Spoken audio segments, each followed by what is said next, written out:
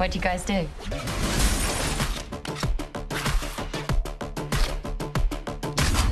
We're entrepreneurs. Hello, welcome to Premier Scene. I'm Claire Bueno as we attend the world premiere of Plastic. We can't keep living like this. We need an inside man. I'm a data processor for a credit card company. Frankie's finding us overseas customers. So where are we going? So this is a very different kind of story that we've seen you in before. So is that the attraction? Massively, it is different. It's exciting. I mean, I'm so glad to be here. This was a really, really fun experience shooting, and I did it a while ago, but it's nice to see it get recognition now, and for people to be sporting it is great. People to be out here in the cold, it's wicked. We appreciate it. And one of the themes in the film seems to be greed. So for you as an actor, is that an interesting thing to explore?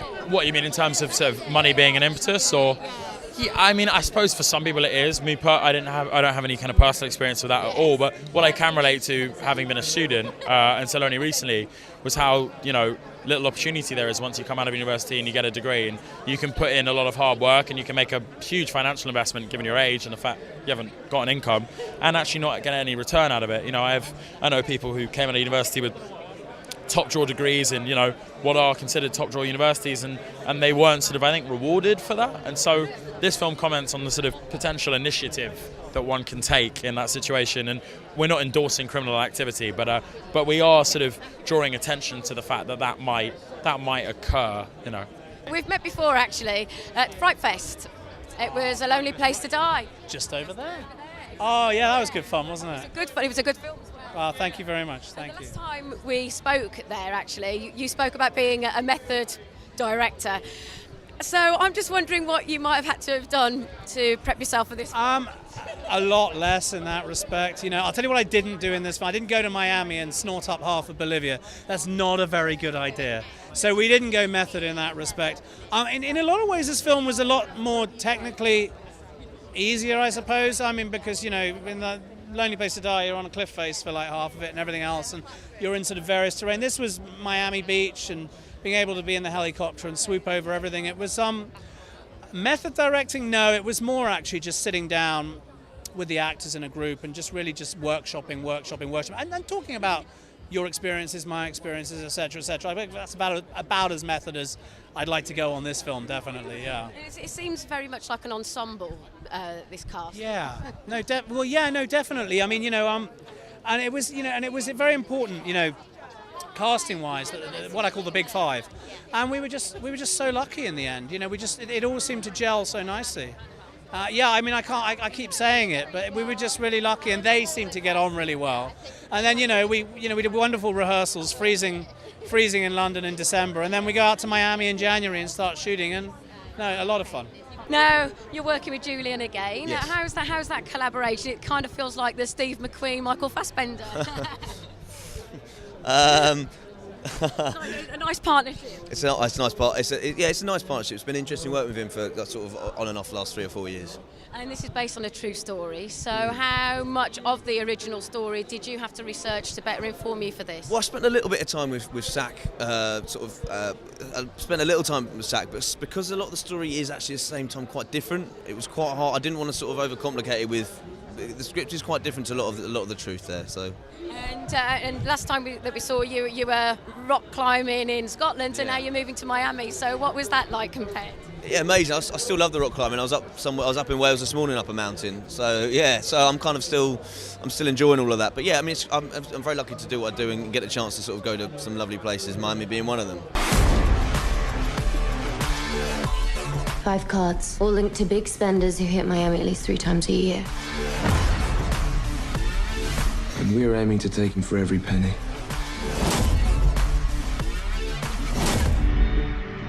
I want my money. 2 million. You pay in 2 weeks, all of it. Doesn't seem very reasonable.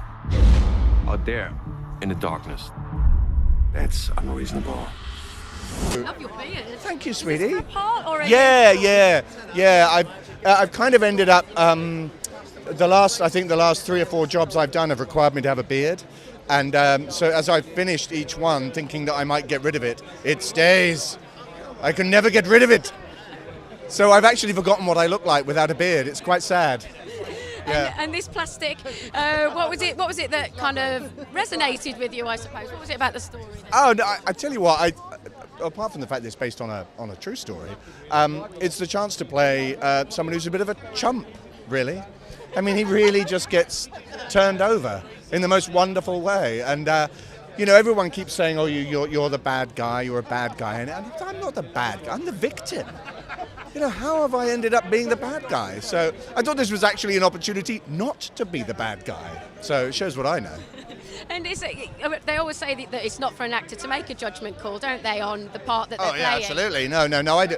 You can't see anybody you play as bad. You just have to look at them and find the qualities that you want to bring out, rather than the fact that you might murder people or whatever. And I've done a bit of that. And you're working as well with a great new kind of rising talent. Yeah, absolutely. I mean, everybody, all the youngsters involved as well, are fantastic. But I was saying to somebody earlier that the great thing about this business is that you end up never feeling that you're getting older, because you're constantly working with people younger than you. So you delusionally go along thinking, I've never grown old. Until you look in the mirror next to them, of course. You see Will Poulter staring back at you, who's like 12 or something. He seems to get younger and younger. I know, it's appalling. You're playing the part of Rafa. Can you tell us a little bit more about what you liked about playing him? I can. What I really like about Rafa is that he's got not that the rest of them are heartless, but he's got a real heart, and he's kind of like, I think his story, his arc, which is what they say apparently, it's the word I'm supposed to use, is very, very sad. It's kind of a sad story. It's the most real of all the stories. And so that's what attracted me to the part, and that's what I enjoyed about him. And as the story as a whole, what was it that you thought, my God, I have to do this film? Well, I think really what it was about was that it's so relevant to young people. Because I'm a young kid in London, and it's impossible to get a mortgage. It's impossible. If you go and do a degree and you get your first from Oxford, still you don't get that job. You know what I mean? So it's like a never-ending circle. I really don't believe that it's like it was in the 80s when I wasn't around, admittedly. But I think it was easier, and people could kind of work their way up the ladder and whatever. Now it's like a nightmare, And this film, it's relevant. That's what's important. And the film as well feels very much like an ensemble piece. Is that what it felt like working on set? Yeah, I mean, it's always nice to get four boys is always a nice vibe. I'm sure 4 girls, I'm not a girl, so I can't say, but it's 4 people who can come together on a level and be kind of laddie. It's always, it's one of the great kind of ensemble type casts, because it doesn't get better than that. It's you become, because you're so intense as well, that you become very brotherly. The other thing about this film that strikes me is that with it being British made, it's also very kind of polished. We tend to make a lot of gritty films here, and do you think the fact that it is more kind of glamorised, it makes it more attractive to audience? Yeah, I think it was a very conscious decision on the part of Julian and the other producing people involved to give it that gloss, to really make it look that sort of nice international feel, because there's, I love that kind of urban gritty British drama, but this is much more in the sort of Hollywood vein, and that's why when it goes to Miami, it just looks incredible. It really does, that contrast, fantastic. Can you tell us what attracted you to the role in the first place? Well, I've kind of always wanted to work with Julian Gilby ever since I saw Rolling with the Nines and Rise of the Foot Soldiers. So when my agent sent the script over and I read it, it just sounded great. And then finding out that it's going to be shot in Miami, especially my scenes, and I've never been to Miami before, so I was very keen on doing the project, yeah. And we hear that you've got a bit of a love interest going on as well. My character's slightly simple, he's a bit kind of, out of the box, and he kind of has a bit of a fascination for Frankie, played by Emma Rigby. So, yeah, there's a couple of nice scenes that you'll see, hopefully, if it hasn't been cut. But yeah, it's all that going on, yeah. And what did you take away with you from working on the film? Well, I mean, it kind of for me, it kind of confirmed that, I think Julian's a very talented director, and his brother as well, a very good writer. And yeah, I mean, some of the stunts that we did was quite demanding. But, it seemed to look good. It looks good on the trailer, so I'm really looking forward to seeing it. There's a bit where I fly out through a window 2 stories down, so it'd be interesting to see that. You know, I survived it just about, but yeah, I mean, other than that, I like the idea of working out in the States now, to be honest with you, and I'm kind of like pursuing that a bit more.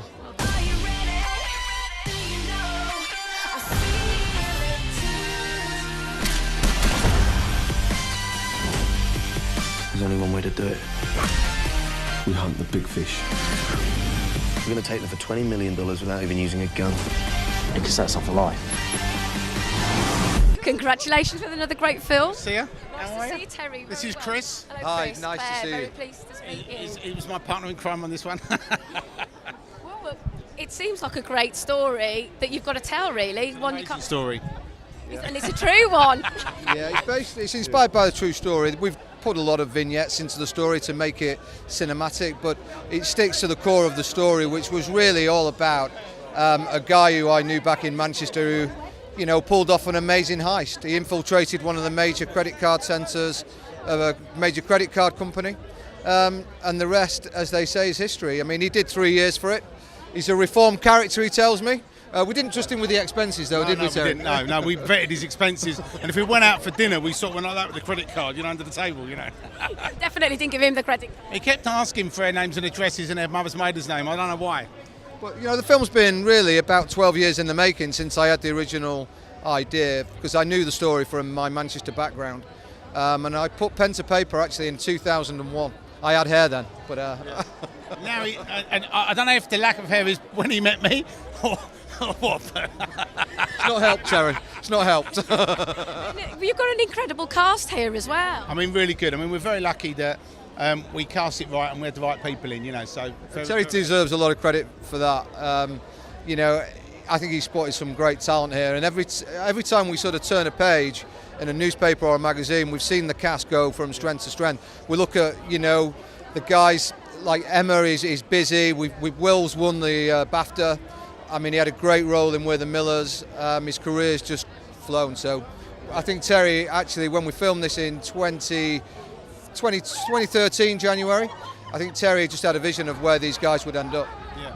And also the long relationship that you've had with the director as well, Julian. Yeah. Well, I've done. It's their third film. Yeah. So done 3 films together now. Good working relationship still. Yeah, really good. Yeah. I mean, we haven't killed him yet, but I mean, there's still time. And the one thing I should say is that, you know, Julian and his brother William, you know, really added to the script as we took it to final shooting script. They've made a lot of great changes and had a lot of good ideas, and I think they've made the film probably 30-40% better. This is a big evening for you. This is a film of your story. Well, yeah, I'd say so. Yeah, but I'm sure I'll have bigger events hopefully one day. Yeah. So how were you first approached that they wanted to make a movie of the heist that you did? Well, it was in Manchester. Basically, I go to the gym, as you can see, I work out, and there was a lady there who's the sister-in-law of one of Gateway Films, Chris Howard, and that's basically how it happened. She was speaking to him. He had a script. Probably wasn't even any good without my story, but he had a script, you know, and she said, look, what about the kid from Manchester? He did a diamond heist. Basically, there was a documentary made on me on Channel 4. It was called The Art of Crime, and he watched that, and it was just like, you know, I think it just pursued me then. You know? Were you concerned that perhaps that your story could have been misrepresented in film because there has to be so much left to artistic interpretation?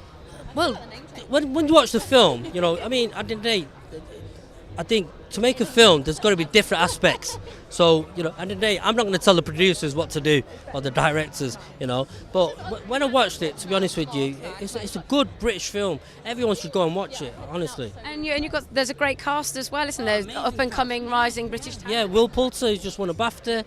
You know, you've got Ed Speleers, he's doing really well in America. Sebastian de Souza, what a good-looking kid. Emma Rigby, God, you know, if I was 10 years younger, you know.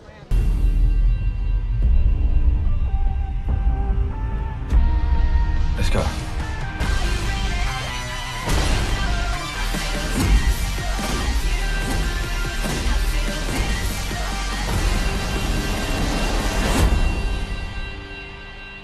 How much can we make?